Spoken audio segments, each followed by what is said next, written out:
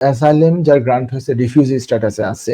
আগে আরো প্রায় জি। ১-১.৫ বছর আগে এটা বন্ধ হয়ে গেছে যে ফ্যামিলি রিইউনিয়ন ওটা নাই। যেটা জি। তাদেরকে সহজে আনার যে একটা স্কোপ ছিল যে কোনো এক্সট্রা কোনো ফাইন্যান্সিয়াল রিকোয়ারমেন্ট ছিল না, ইংলিশ ল্যাঙ্গুয়েজ রিকোয়ারমেন্ট ছিল না, কোনো ফিও ছিল না। এটা টোটালি বন্ধ করে দিছে। একজন ব্রিটিশ বা সেটেল পারসন যে আইনের আওতায় তার ফ্যামিলি মেম্বারকে আনতে পারে কিংবা একজন রিফিউজি স্ট্যাটাস হোল্ডার উনি রিফিউজি স্ট্যাটাস পাওয়ার পরে যদি বিয়ে করে তারপরে যে আইনের আওতায় আনতে পারে সেই একই আইন প্রযোজ্য যাদের বিয়ে রিফিউজি স্ট্যাটাস পাওয়ার আগে কিংবা এই দেশে আসার আগে হয়েছে তার জন্য একই আইন।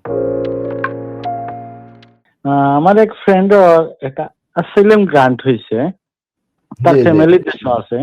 তখন কি ওই শুনতেছি যে ফ্যামিলি রিইউনিয়ন বন্ধ। তার মানে জানতে পারলাম এটা কি খোলার সম্ভাবনা আছে?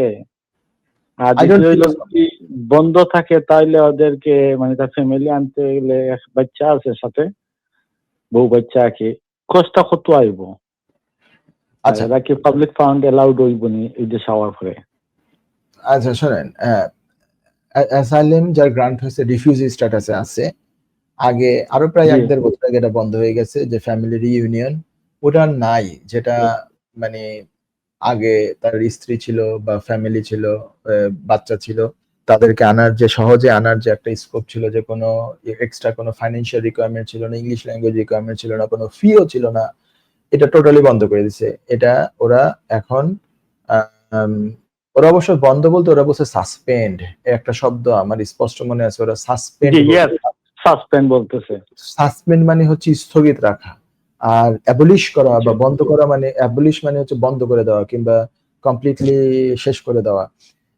সাসপেন্ড হলেও আমার মনে হয় না যে এটা আবার ঠিক আগের জায়গাতে ফিরে আসবে। এখন যেটা আছে সেটা হচ্ছে যে একজন ব্রিটিশ বা সেটেল পারসন যে আইনের আওতায় তার ফ্যামিলি মেম্বারকে আনতে পারে কিংবা একজন রিফিউজি স্ট্যাটাস হোল্ডার উনি রিফিউজি স্ট্যাটাস পাওয়ার পরে যদি বিয়ে করে তারপরে যে আইনের আওতায় আনতে পারে সেই একই আইন প্রযোজ্য যাদের বিয়ে রিফিউজি স্ট্যাটাস পাওয়ার আগে কিংবা এই দেশে আসার আগে হয়েছে তার জন্য একই আইন। কি আইন?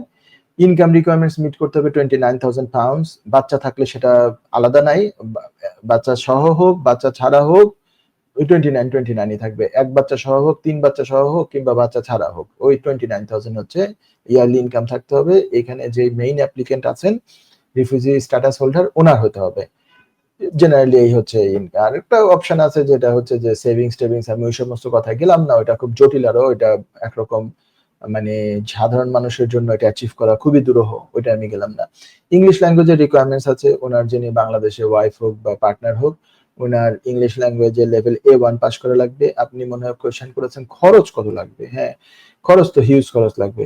ওনার যিনি মেইন অ্যাপ্লিকেন্ট ওয়াইফ, মেইন মানে সরি অ্যাডাল্ট অ্যাপ্লিকেন্ট যিনি বাংলাদেশ থেকে আসবেন, মেইন অ্যাপ্লিকেন্ট তো এখানে আছেন আর কি, দেশের থেকে যে আসবে ওনার অ্যাডাল্ট পার্সনের জন্য কম বেশ প্রায় ৫,০০০ পাউন্ড লাগে, ইমিগ্রেশন হেলথ সারচার্জ এবং ভিসা ফিস দুইটা মিলিয়ে। আর বাচ্চার জন্য কিছুটা কম লাগবে, লাইক প্রায় হচ্ছে ৪৩০০-৪৪০০ পাউন্ডের মতো লাগবে। ইমিগ্রেশন হেলথ সারচার্জ, ভিসা ফিস, তারপরে হচ্ছে আছে ভিএফএস এর কিছু অন্যান্য খরচ, এই সমস্ত কিছু মিলিয়ে যদি সিলেক্ট থেকে হয় তাহলে কুরিয়ারের একটা আলাদা চার্জ আছে। এই সব কিছু মিলিয়ে অ্যাজ আই সেড প্রায় ৫,০০০ পাউন্ড হচ্ছে মেইন ডিপেন্ডেন্টের জন্য ৫,০০০ পাউন্ড, অ্যাডাল্ট পার্সনের জন্য তার ওয়াইফের জন্য ধরে নিলাম, আর বাচ্চার জন্য হচ্ছে ৪৩০০ কিছু আশেপাশে।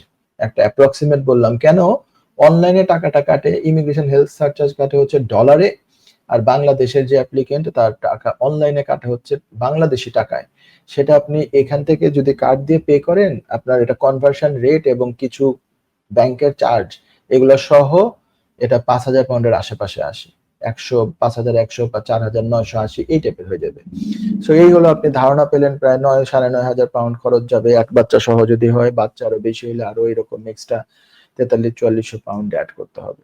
এভাবে করে অ্যাপ্লাই করতে হবে। হ্যাঁ, আশা করি আপনি প্রশ্ন উত্তর পেয়েছেন। থ্যাংক ইউ ভাই যে কল করেছেন।